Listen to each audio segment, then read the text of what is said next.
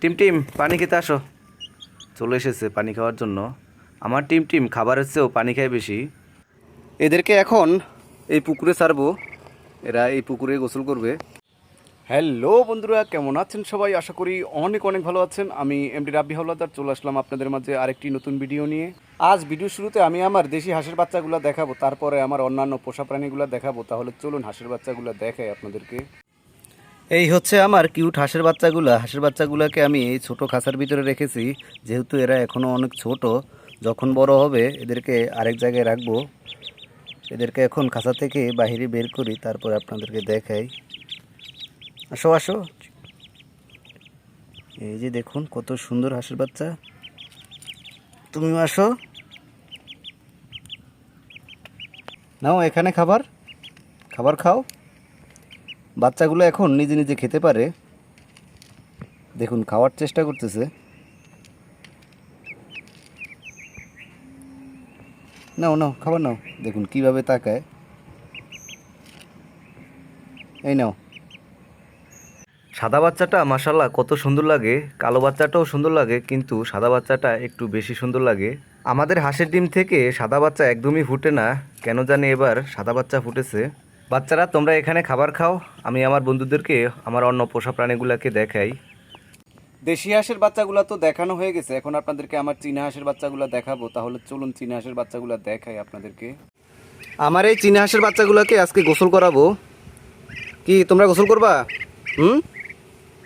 তোমাদেরকে আজকে গোসল করাবো। এদেরকে এখন এই পুকুরে ছাড়বো, এরা এই পুকুরে গোসল করবে। অবশেষে চীনা হাঁসের বাচ্চাগুলোকে পানিতে ছেড়ে দিয়েছি, এরা আর কখনো পানিতে নামেনি, এই প্রথম পানিতে নেমেছে।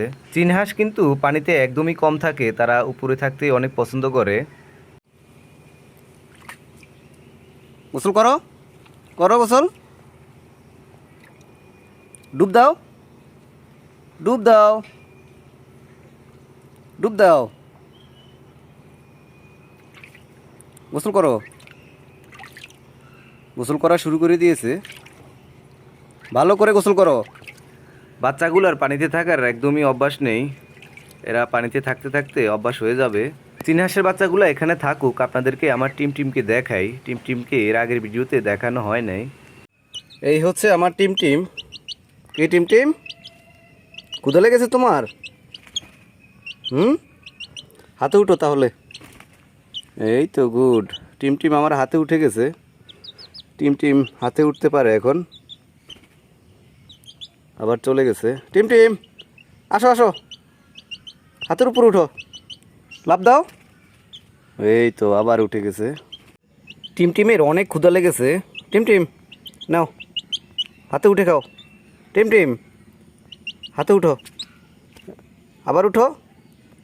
এই তো, উঠো উঠো। এই তো গুড। টিম টিম ছোটোবেলায় একদমই সাদা ছিল, এখন কালারটা অন্যরকম হয়ে গেছে।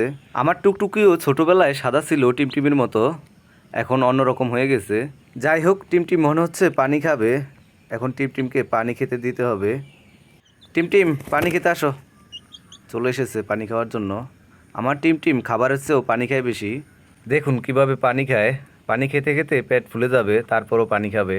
তোমার আর পানি খাওয়া লাগবে না, তোমার পানি খাওয়া হয়ে গেছে। বেশি পানি খেলে তোমার সমস্যা হবে। আমার সাদা কবুতরের বাচ্চা দুইটা কতটুকু হয়েছে দেখি। এর আগে তো অনেক ছোট ছিল, এখন কতটুকু হয়েছে। মাশাল্লাহ, বাচ্চাটা অনেক বড় হয়ে গেছে। দেখুন কালারটা অনেক সুন্দর হয়েছে। এই বাচ্চাটার বাবার কালার পেয়েছে। বাচ্চাটাকে দেখানো হয়ে গেছে, এখন রেখে দেই। আপনাদেরকে আরেকটা বাচ্চা আছে, সেই বাচ্চাটা দেখাই। এই যে দেখুন, এই বাচ্চাটা একদমই ছোট, দেখুন সে এখনো বড় হয় নাই। ওই বাচ্চাটার ফেদার উঠে গেছে, এই বাচ্চাটার এখনো ফেদারও তেমন একটা উঠে নাই। কারণটা কি জানি না, হয়তোবা খাবার কম খাওয়ানো হয়েছে। যাই হোক, এই বাচ্চাটাকেও রেখে দেই। যাও, চলে গেছে। আপনাদেরকে আমার নতুন ফুল গাছের নতুন ফুল দেখাই।